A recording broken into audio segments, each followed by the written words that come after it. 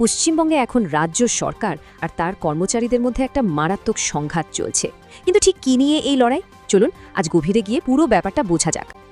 শুনুন এই কথাটা, শহীদ মিনারের একটা প্রতিবাদ সভা থেকে ঠিক এই রকমই একটা আওয়াজ উঠেছে। আর এটা কিন্তু শুধু কথার কথা নয়, এর পেছনে আছে দিনের পর দিন ধরে জমে থাকা এক রাশ ক্ষোভ। তো এই যে এত বড় একটা আন্দোলন, এর একেবারে কেন্দ্রবিন্দুতে রয়েছেন অধ্যাপক বিমল শঙ্কর নন্দী। ওনার এক একটা ভাষণ, এক একটা কথা যেন রাজ্যের হাজার হাজার সরকারি কর্মীর মনের কথা হয়ে উঠেছে। তাদের সব হতাশা, সব রাগ যেন ওনার মুখ দিয়েই বেরিয়ে আসছে, আর এই আন্দোলনকে একটা অন্য মাত্রায় নিয়ে যাচ্ছে। তো এই যে এত আবেগ, এত রাগ, এর কারণটা কি? চলুন এবার বিতর্কের একেবারে মূলে যাওয়া যাক। মহার্ঘ ভাতা মানে ডিএ জিনিসটা আসলে কি? কেন এটা নিয়ে এত বড় একটা সংঘাত? দেখুন, সোজা কথায় ডিএ বা মহার্ঘ ভাতা হলো একটা অ্যালাউন্স। এটা সরকারি কর্মীদের দেওয়া হয় যাতে জিনিসপত্রের দাম বাড়লেও মুদ্রাস্ফীতির সাথে সাথে তাদের চলতে অসুবিধে না হয়। এটা তাদের বেতনেরই একটা অংশ, যা বাজারের দাম বাড়ার সাথে সাথে অ্যাডজাস্ট হওয়ার কথা। কিন্তু সমস্যাটা ঠিক এখানেই শুরু হয়েছে। এই যে প্রতিবাদী কর্মীরা, তাদের সংগঠন সংগ্রামী যৌথ মঞ্চ, তাদের দাবিগুলো কিন্তু খুব স্পষ্ট। প্রথমত, তারা চায় সর্বভারতীয় মূল্যসূচক অনুযায়ী ডিএ। দ্বিতীয়ত, কেন্দ্রীয় সরকারি কর্মচারীরা যে হারে ডিএ পান সেই একই হারে তাদেরও দিতে হবে। আর তৃতীয়, এতদিন ধরে যে টাকা বকেয়া পড়ে আছে সেটা একবারে মিটিয়ে দিতে হবে। এই তিনটে দাবি কিন্তু এই পুরো আন্দোলনের ভিত্তি।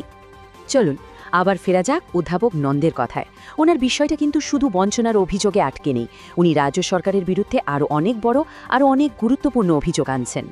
একটু ভাবুন, অধ্যাপক নন্দের দাবি তার পুরো চাকরি জীবনে ডিএ না দিয়ে সরকার নাকি প্রায় ২৯ লক্ষ টাকা আত্মসাৎ করেছে। যখন ব্যক্তিগত ক্ষতির অঙ্কটা এত বড় হয়, তখন বোঝাই যায় এই লড়াইটা কেন এত মানুষের কাছে এতটা ব্যক্তিগত, এতটা গুরুত্বপূর্ণ হয়ে উঠেছে। অধ্যাপক নন্দ এখানে একটা মারাত্মক তুলনা টেনেছেন। উনি মনে করিয়ে দিচ্ছেন, বিরোধী নেত্রী থাকাকালীন মুখ্যমন্ত্রী একবার বলেছিলেন যে সরকার ডিএ দিতে পারে না, তার ক্ষমতায় থাকার অধিকার নেই। আর আজ সেই একই কথাটাই প্রতিবাদীরা ঘুরিয়ে বর্তমান সরকারের দিকেই ছুড়ে দিচ্ছে। কিন্তু অভিযোগটা এখানেই শেষ নয়। অধ্যাপক নন্দের কথা শুনলে অবাক হতে হয়। তিনি বলছেন, চোর শুনেছি কিন্তু এইভাবে জালিয়াতি চুরি দেখিনি। ওনার দাবি, ২০০৬ সাল থেকে কর্মচারীদের জন্য যে টাকাটা বরাদ্দ ছিল সেটা সরকার নাকি খেয়ে নিয়েছে। এই ভাষাটাই বুঝিয়ে দেয় যে বিশ্বাস আর আস্থার জায়গাটা ঠিক কোথায় গিয়ে ঠেকেছে। অধ্যাপক নন্দ এখানে আরও একটা খুব জরুরি কথা বলেছেন।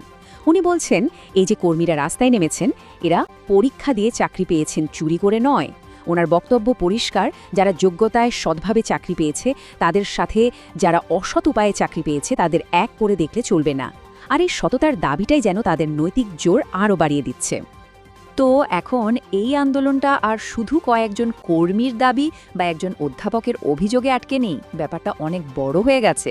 এটা এখন সরাসরি রাজ্যের আসন্ন নির্বাচনের সাথে জড়িয়ে পড়েছে, আর একটা বিরাট রাজনৈতিক হুমকিতে পরিণত হয়েছে। সংগ্রামী যৌথ মঞ্চের তরফ থেকে কিন্তু একেবারে চূড়ান্ত হুঁশিয়ারি চলে এসেছে। তারা সাফ জানিয়ে দিয়েছে, নির্বাচনের আগে যদি তাদের দাবি না মেটানো হয়, তাহলে ভোটের সময় সমস্ত প্রশাসনিক কাজ বন্ধ করে দেওয়া হবে। ভাবুন একবার, এটা কতটা বড় একটা পদক্ষেপ। পুরো রাজ্যের শাসন ব্যবস্থায় কিন্তু এর ফলে পঙ্গু হয়ে যেতে পারে। এই পুরো পরিস্থিতিটা একটা বড় প্রশ্নের সামনে আমাদের দাঁড় করিয়ে দেয়, তাই না? যখন রাজ্যের নিজের কর্মরাই সরকারের বিরুদ্ধে একরকম যুদ্ধ ঘোষণা করে, তখন এর আসল মূল্যটা কে চোকায়? সরকার নাকি কর্মরা? নাকি এর আসল দামটা দিতে হয় গোটা রাজ্য আর তার সাধারণ মানুষদের? এটা কিন্তু ভাবার মতো একটা বিষয়।